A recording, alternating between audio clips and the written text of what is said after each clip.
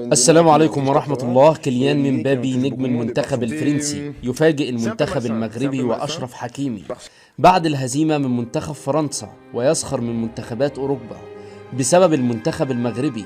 ولكن قبل ما نبدأ عطر فمك بذكر الله والصلاة والسلام على رسول الله عليه أفضل الصلاة والسلام.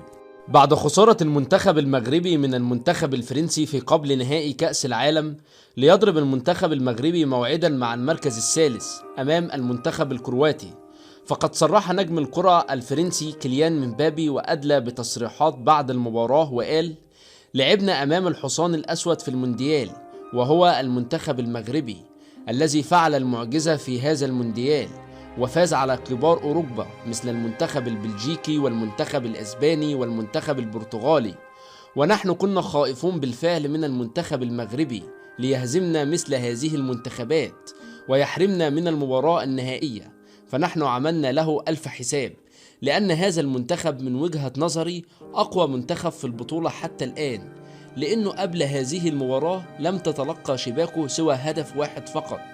لم تستطيع منتخبات بلجيكا وأسبانيا والبرتغال وكرواتيا هز شباك المنتخب المغربي، فأرفع له القبعة لهذا المنتخب الكبير الذي فعل المعجزة في هذا المونديال. وأقول للمنتخب المغربي وأشرف حكيمي: ارفعوا رؤوسكم، أنتم فعلتم ما عليكم في هذا المونديال، وسيكتب التاريخ ما فعلتوه في كأس العالم، وشرفتم القارة الأفريقية أشرف تمثيل، فهنيئا لكم على هذا المستوى الكبير. واحنا كمصريين وعرب بنقول للمنتخب المغربي: أنتم رجال، ومنتظرين منكم يوم السبت القادم إن شاء الله الحصول على المركز الثالث والميدالية البرونزية. وفي النهاية، لو انت محب للمنتخب المغربي ياريت ما تبخلش علينا بلايك، ولا تنسى الاشتراك بالقناة ليصلك كل جديد.